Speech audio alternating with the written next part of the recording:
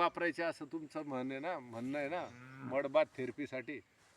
तर काय करायचं, एक तर जंगलातली माती सगळ्यात चांगली, पण जंगलातली माती घेताना काय करायचं की अशा ठिकाणची माती घ्यायची की ज्या ठिकाणी त्यांच्याकडे करायचं, ज्या ठिकाणी हे झालेलं नाही आहे, शेती केल्या जात नाही किंवा रासायनिक खतं टाकले जात नाही, अशा ठिकाणी एक खड्डा खोदायचा, वरची 1 फुटाच्या मातीचा लेअर फेकून द्यायचा आणि मग मातीचा लेअर फेकून मग ती खालची 1 फुटाची माती घ्यायची, तिला उन्हात वाळवायची म्हणजे ती स्टरलाइज होते.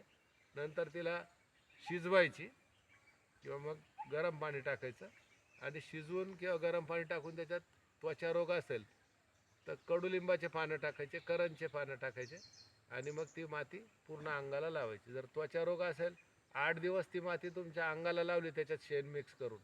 आपल्याकडे एक अक्षरशः पूर्ण स्किन सडलेले व्यक्ती होते, त्यांचं नाव नाही सांगत मी, साधकच आहे आपले ते. तर ते दर 8 दिवसातून 2दा एकदा यायचे पती पत्नी, त्यांची मिसेस त्यांच्या अंगाला पूर्ण शेण लावायची, गोमूत्र आणि शेण लावायची, मग मातीचा लेप लावायची, अर्धा 1 तास ते उन्हात सुकवायचे. असं त्यांनी 1 महिना केला ना, 8 दिवसातून 2दा एकदा जसं त्यांच्या वेळेनुसार, तर पूर्ण स्किन डिसीज त्यांचा नाहीसा झाला, त्वचा रोगच त्यांचा नाहीसा झाला. एवढी ताकद शेणामध्ये, गोमूत्रामध्ये आणि मातीमध्ये आहे. आता तुम्ही घेतलेली ती त्यांच्याकडे कर थोडं. वारुळाची माती आहे, तुम्ही जी वापरात घेतली, आता तुम्हाला ही वारुळाची माती दिलेली आहे. वारुळाची माती सर्वात बेस्ट आहे, तिला काहीच प्रक्रिया करायची गरज नाही. गरम पाणी टाकलं, मिक्स केलं, थोडं कडुलिंबाचे पानं टाकले की झालं, अशा पद्धतीने. तर सांगण्याचं तात्पर्य एकच एक आहे की माती ही शुद्ध पाहिजे. जर माती शुद्ध नसेल तर तुम्ही मुलतानी माती वापरू शकता. माती शुद्ध नसेल शक्यतो जंगलातली वापरायची. जिथं शेती केल्या जात असेल तिथं बांधावरची माती वापरायची. बांधावरची 1 फुटावरची माती खोदून फेकायची, खालची घ्यायची. मग नदीकाठची माती पण चालते, नदीकाठची माती पण चालते त्याला. पुन्हा लाल माती पण चालते, काळी माती पण चालते, पांढरी माती, पाटीचा कुठलाही प्रकार चालतो. फक्त हा क्रायटेरिया यूज करायचा, 1 फुटाची माती फेकून द्यायची आणि खालची माती वापरायची. जखमेवर लावताना जखम जर खूप डीप असेल तर लावू नका, कारण मातीचे कण त्याच्यात राहू शकतात. जखम असेल तर तिच्यावर लावू नका. लावायची असेल तर शिजवून त्याच्यावर एक कपडा लावला जातो मग पातळ, आणि मग त्याच्यावर मातीचा लेप लावला जातो. डोळे दुखत असले, डोळ्याची आग होत असेल, सुती कपड्याच्या अशा पट्ट्या केल्या जातात आमच्याकडे, डोळ्याच्या मापाच्या डोळ्यावर ठेवल्या जातात. असं प्रत्येक याच्यात वेगवेगळी पद्धत वापरली जाते. थोडंसं मग त्याला निसर्गोपचार तज्ज्ञाचं, आता गांधीजीचं मी उदाहरण सांगितलं होतं तुम्हाला. गांधीजींना पोटाचा त्रास होता, तर गांधीजींना पोटाचा त्रास होता तर त्यावेळेस त्यांनी पोटाला मातीची पट्टीचा प्रयोग चालू केला, तर गांधीजींचा बद्धकोष्ठतेचा प्रॉब्लेम सॉल्व्ह झाला. मग गांधीजींनी त्याची प्रेरणा घेऊन पुणे येथे उरुळी कांचनला खूप मोठा आश्रम, 35 एकरमध्ये आश्रम आहे, तिथं गांधीजींनी पहिलं निसर्गोपचार केंद्र जगातलं सुरू केलं. स्वतः गांधीजी त्याचे फाउंडर आहेत, महात्मा गांधी. मग विनोबा भावेंचे बंधू होते, त्याच्यात बरेच जण होते. मग त्यावेळेसच्या काळात जे स्वातंत्र्य सैनिक होते बरेच जण त्या याच्यामध्ये सहभाग. 35 एकरमध्ये नॅचरोपॅथी सेंटर होते पुण्याला, उरुळी कांचनला. जसं आपल्याकडं 3 पॅथीचा प्रचार झाला, तसं नॅचरोपॅथी असून मला तेवढी डीपमध्ये आली. याच्यात काय असतं, आता नॅचरोपॅथी डीपमध्ये प्रसार न होण्याचं कारण काय की आता तुमचं पोट दुखतंय, तुम्हाला म्हटलं माती लावा, आणि तुम्ही मेडिकलमध्ये गेले, 1.5-2 रुपयाची गोळी घेतली तर तुमचं पोटदुखी बरी होते, तात्पुरता तुम्हाला आराम मिळतो. मग तुम्ही 1.5 रुपया हे करणार का जंगलात जाऊन माती शोधणार आणि लावणार? याच्यात हे जुनी प्राचीन उपचार पद्धती आहे. याच्यामध्ये काय स्वतःला करावं लागतं, सगळं काय तुम्हाला स्वतःला करावं लागतं, बरोबर.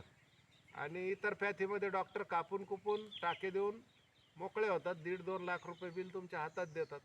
मग तुम्हाला याच्यामध्ये मुळापासून आजार बरे होतात या पॅथीमध्ये. आणि इतर पॅथीचं मी सांगू शकत नाही, कारण कुणाच्या विरोधात बोलणं हे काही माझं तत्त्व नाही.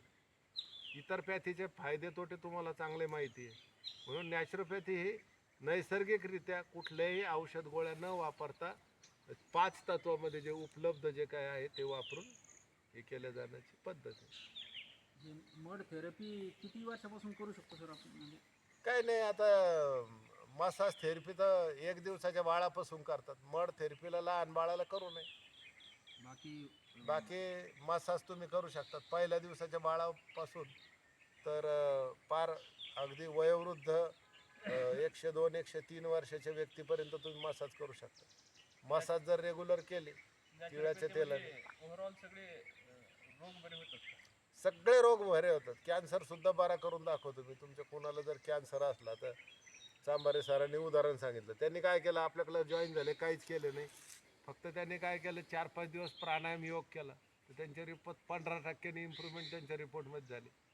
पंचतत्वापैकी काय वापरलं तिथं तुम्ही? ऑक्सिजन वापरलं. फक्त प्राणायाम केले म्हणजे ऑक्सिजन वापरलं. बरोबर आहे की नाही?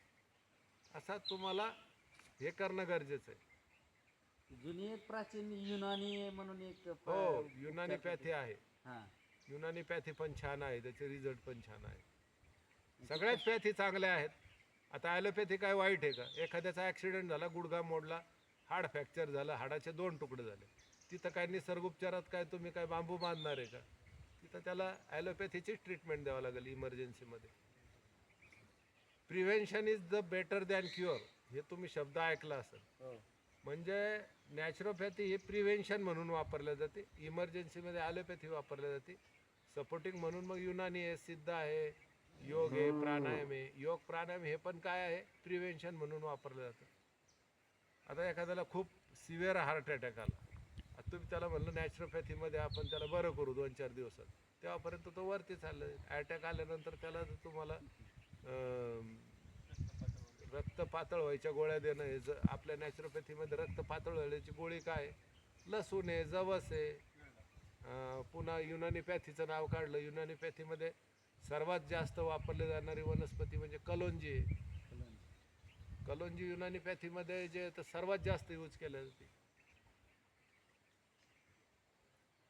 जवस आहे, मग ते रक्ताला पातळ ठेवतात. ते कलोंजी आहे, जवस आहे, पिंपळाचे पानं आहे, सिसमचे पानं आहे, तुळशीचे पानं आहे. तुळशीमध्ये तर एवढी ताकद आहे, थर्माकोलचं सुद्धा पाणी करून दाखवते ती तुळस, एवढी ताकद आहे. तुम्हाला मी डेमो दाखवलं त्याचं. तुळशीचं रोज पानं म्हणजे 4 पानं, 10 पानं, 20 पानं रोज चहात उकळून, ज्यांना स्किन डिसीज आहे, हार्ट डिसीज आहे. तुळस घरासमोर आलीच का हे डोक्यात तुम्ही विचार करा ना. तुळशीसारख्या दिसणाऱ्या 100 तुळशी आहे, मग 30 तुळस का तुमच्या घरासमोर आली? राम तुळस, कृष्ण तुळस. तेवढ्या औषध गुणधर्माने ती युक्त आहे आणि 24 तास ऑक्सिजन देते तुम्हाला तुळस, म्हणून ती तुमच्या घराजवळ आली. पिंपळाचं पण तसंच आहे, पिंपळ 24 तास ऑक्सिजन देतो तुम्हाला. कट करा. आपल्या 5-6 दिवसात